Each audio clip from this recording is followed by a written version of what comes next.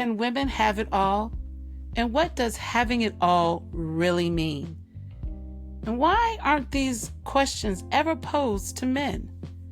Let's talk about it. Hello and welcome. You're listening to Life with Libby Joy, a podcast to explore the journey of womanhood, our challenges, our successes, and experiences. It is my hope that you will be informed and inspired through our conversations and stories shared by women who are navigating this journey called life. I am your host, Libby Joy. Let's explore this journey together. First, some stuff I want to talk about, previously known as hot topics. Judging others. I don't judge. That phrase has been on social media for the last few weeks. You don't judge? We were talking, my friend and I, the other day about that concept of not judging. People say they don't judge. I don't judge. And yet they have opinions about everything. And let's be honest, you have opinions about everything. What someone is wearing, what they look like, how they act, what they sound like. You could talk about different things all day long. I even think about the times when people say you shouldn't wear white after Labor Day. I don't know who made up that rule, and I don't quite understand it, but that's what we say. You're not doing what you're supposed to do. This is the concept of having opinions, even when we say, I don't judge. The difference between opinions and judging, in my opinion, is that opinions are things that we can keep to ourselves. When we begin to judge other people, we start sharing our opinions with them and telling them how to live their life, what they should look like, how to act. We talked about this a few weeks ago. If you don't have the right or permission to speak into someone else's life, then you shouldn't do it. Yeah, you can have an opinion about what I wear. You can not like my outfit. You can not like my makeup. You can not like my hair. It's okay because you're allowed to your opinion. However, when you decide to share your opinion and give it to me and think I'm going to act on your opinion, that's when you become very judgmental. And so instead of saying you don't judge, you should probably say things like, I have opinions that I'm just not going to share. But if you'd like to hear some, girl, let me tell you. And that's how we should do that. So I don't judge.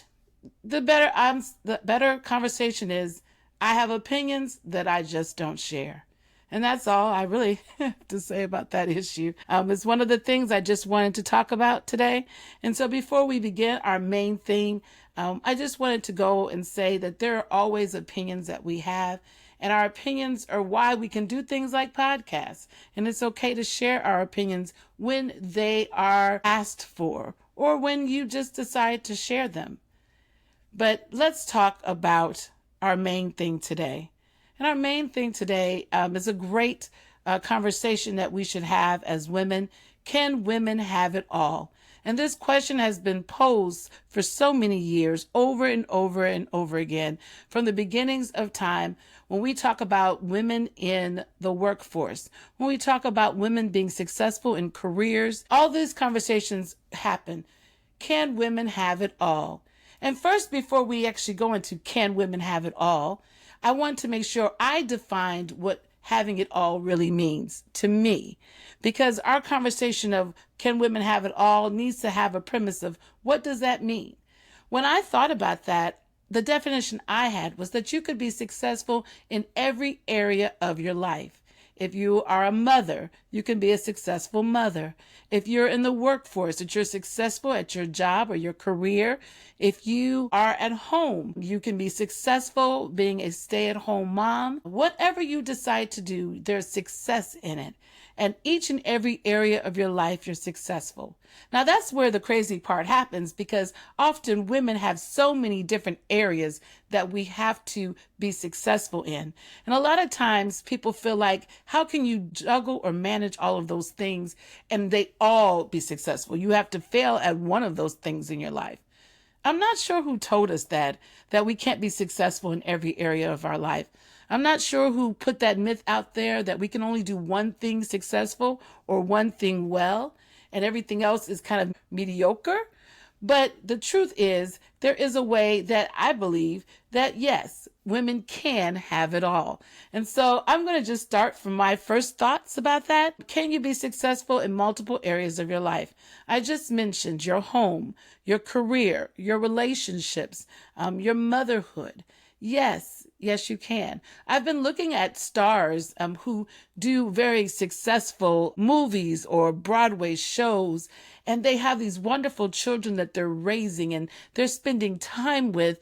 And you see how much they care about their children, how they're going to their games and supporting all the things. But yet they have times where they have to be away to shoot a movie, maybe for 6 months or 9 months. I've also seen some of these same stars bring their children with them, and their children become a part of their work life. Well, that's one way to have it all. But women have found ways all throughout the history of time to be able to do all of the different things they do successfully. Now, I'm not wanting you to be a superwoman. I'm going to tell you right now, and I've actually skipped down real quick to tell you this. That's not what I'm saying, so stay tuned. Just keep with me. Keep listening. I have some more thoughts about being a woman that has it all. But my next thought is prioritizing your time and your commitments.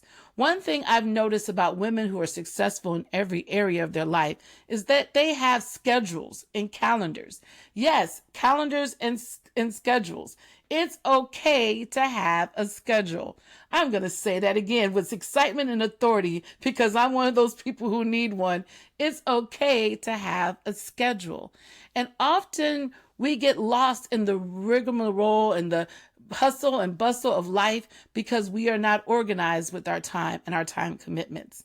It's okay to have a schedule. It's okay for you to know that you are busy between 5 and 7 o'clock in the evening because you have to take your child to an activity. It's okay to know that you have to work from 9 to 3 because that's your work requirement. It's okay to do all of those things. And when you put those on schedules, it helps us really just to prioritize our time. Okay, I've said a lot. Taking a breath. You can prioritize your time. There is 24 hours in a day, and usually you may not wake up until 6 or 7. I doubt it's 8 o'clock, but maybe 8. And all those other hours of the day you can set into motion. I was in a program one time and they gave us that 24-hour calendar and they asked us to put all the things we need to do in a day. And I sat there and I did that. I put all of the pieces of my life in a day. And I realized it is actually possible to do the things that I want to do. But I have to have some priority, I have to have some commitment, and I have to have some scheduling done. And I'm not going to talk about scheduling time with your significant other, but that needs to be on a calendar too. I have date night with my husband on Friday. I set it out. I put a block on it. Now, this is after my children have gone. I'm going to let you all know right now, because when the kids were little, it wasn't quite the same way. But you have to set a time to prioritize everything that's important for you in your life. And if your children are a high priority in your life, you need to put them on your calendar because they are important, not because they're just secondary. Your calendar is your important things, the things that you have to get done in a day. And so let's put our calendars out there. Let's set our time. And then once we set our time and once we have our calendars scheduled, I sound like I'm working for a calendar company. If I find one that wants me to work for them, I'll have to go because I love me a good calendar. The next thing is once you set that time on your calendar from 5 to 7 o'clock, I am going to my child's game. Well, while you're in that 5 to 7 block with your child, you have to make those moments meaningful. You can't be thinking about the other things that are on your calendar or trying to juggle calls or do different things at that time. You have made that time your children's time. So from 5 to 7, maybe your phone goes off or goes on to vibrate. So the calls that may be important come in and they leave a voicemail for you that you can return after 7 o'clock. Whatever it is, you have to remember that once you have put people on your calendar and you've made them your priority, You have to make sure that those moments you have for them really count. Now, this is very practical. I realize that. I realize that a lot of you have calendars, but I'm actually talking about really truly making those calendars a part of your commitment to be able to show up and be where you need to be when you need to be. We make sure that our calendars are not just filled with stuff, but we actually are become sticklers with our calendars. That we don't put people in our calendars when we don't have time. We make sure that our calendars are very sacred to us. And so when we say we're going to be at an event all day on a Saturday, or we say we're going to be somewhere, that we've actually put that in stone and we are true to our word that that's where we're going to be. We're not only going to be present, but we're going to truly be in that moment of time. Our time is precious. I keep saying that, but it's so true. The 24 hours we get every day is so important. And your children are extremely important if you have children. So you want to make sure that they feel very important and they feel like they take priority over everything else. Now, let's talk about your career. And there are people who don't have children, so I'm talking to you too. Let's talk about our careers. So our careers are priority to us, and maybe we are excited to become, the next, let's just say vice president of the United States. Let's aim high. Or whatever you're deciding to do. You have a career in film, or you're a singer, or you're a teacher who wants to be a principal, or you are an executive that's looking for some different projects. Whatever it is that you're excited about with your life, that becomes your priority. There are things that you have to do to get to those next levels in your job. And so again, with the calendar, you have to figure out what you need to do, and then you have to schedule time to do it. You have to put that on your calendar. Now, this may be, and I will let you know, you may have to take some time in the middle of the morning or late at night to do some of these activities. Again, especially if you have kids or you have a spouse, you may have to do the juggling a little bit. There may be less sleep some days, but that's okay because it all comes together when you see the success that is in your life. And so, yeah, late nights may be a thing for you, or very early mornings may be a thing, but make sure you just put those things into your calendar, because I believe that you are going to win and be successful in life. I believe that everybody has the ability to be successful in all the areas of their life. There are times where people decide that they're going to go after their career because their children are now grown. They were there for their children and then they switched to careers. There are some people who do both careers and children at the same time, and they seem how to manage that. And usually that's because they have a lot of help, which is what I was saying or alluding to earlier. Reasonable expectations on yourself. All that I said, I want you to hear that clearly. Set reasonable expectations on yourself. I'm not your superwoman. You're not a superwoman. Put your cape away. While you're doing great things and you are a superwoman, but you are not superwoman. You don't have to do everything all the time for everybody. That's why I said keep that calendar guarded, because you only put in the people and the things you need to put in.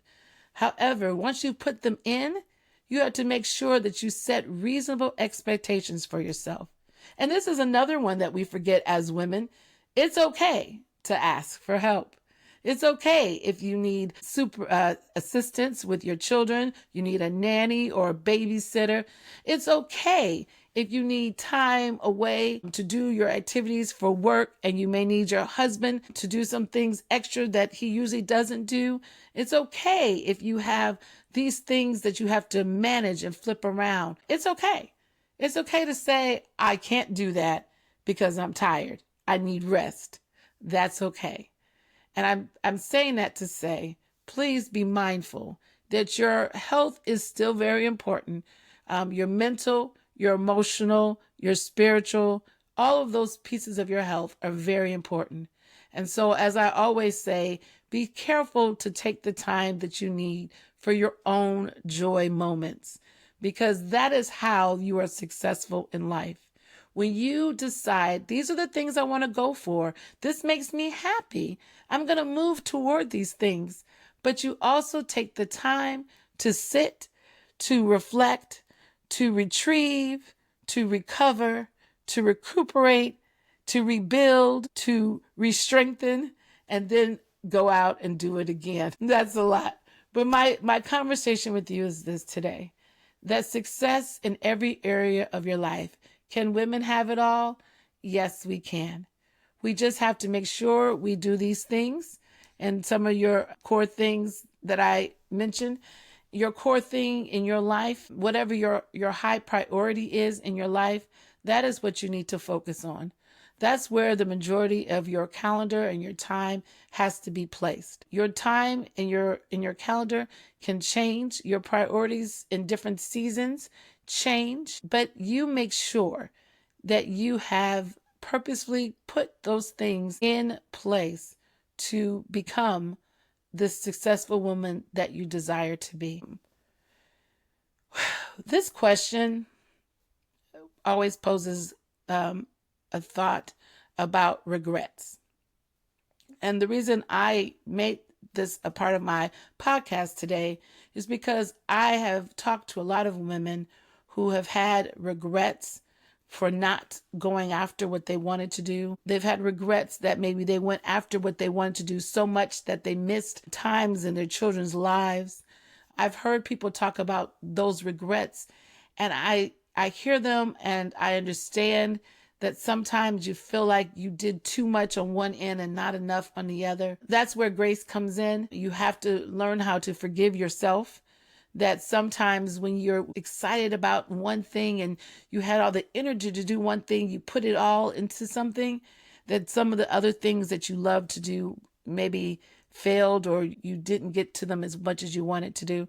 You have to learn how to forgive yourself for those things. We can't go back and fix things. You can't go back and change things. They say 2020 vision you have as you look backwards, because now you know some of the things you shouldn't have done. But what we should do now is not go backwards, but to go forward, to look at your life now and see, what should I be doing now with my life? What priorities am I setting now? What balance am I making in my life now that I can be the successful woman that I desire to be? So we're looking at the now part of your life. And if you're in the trenches with children and trying to figure it all out, again, look at your calendar. Balance your life out. Look at what you can do and what you can't do. You may miss a game or two. I'm going to be honest with you. You may miss a game or two. You may miss, something else every so often. But for the majority of the time, you are where you need to be when you need to be. And that is the kind of showing up that children really remember, is that you were there. You were cheering at their game. You were all in. Probably the loudest parent, probably should have been quiet. They might have threatened to, take you off the court. You were so loud. That's the kind of stuff they'll remember. And yeah, I had to work. Yeah, my husband had to work. We're a two income household. We both had to work and worked long hours. But taking the time for your children is something that is important. And if you don't have children and you have your little puppies and dogs or whatever you do that is special for you, make sure you take the time for those things. So whether it's sitting with your nieces and nephews or with your parents, whatever you do that brings you joy or is a core value for you, make sure you put the time into that. So that was it for this episode of Life with Libby Joy. Just a few takeaways I had for you. Calendars, make sure you have a calendar. And it's okay to put people and things into a calendar. When you put people into your calendar, that means it's a purpose for them and it's important to you. And that's a great thing to do.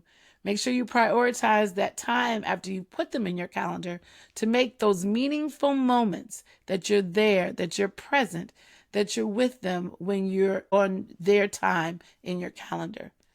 And make sure you set reasonable expectations for yourself. You're not superwoman. Put your cape away. Make sure you realize sometimes you may need some help. It's okay to ask for help. And the most powerful superhero always had an assistant, Have you noticed that? Make sure you get someone to help you in this journey that you're on. Keep your core things, and whatever brings you joy, make sure that's always at the top of your list when you're looking at your calendar. And don't have regrets. Make those regrets things that you've learned from and move forward to use those to figure out how to best balance out your life now. Those are the takeaways I have today. I am Libby Joy. Thank you for joining into this conversation today. I know it's a lot. Tune in next Tuesday at 8 p.m. Eastern Standard Time. Please hit subscribe and share with a friend. And remember to enjoy the journey.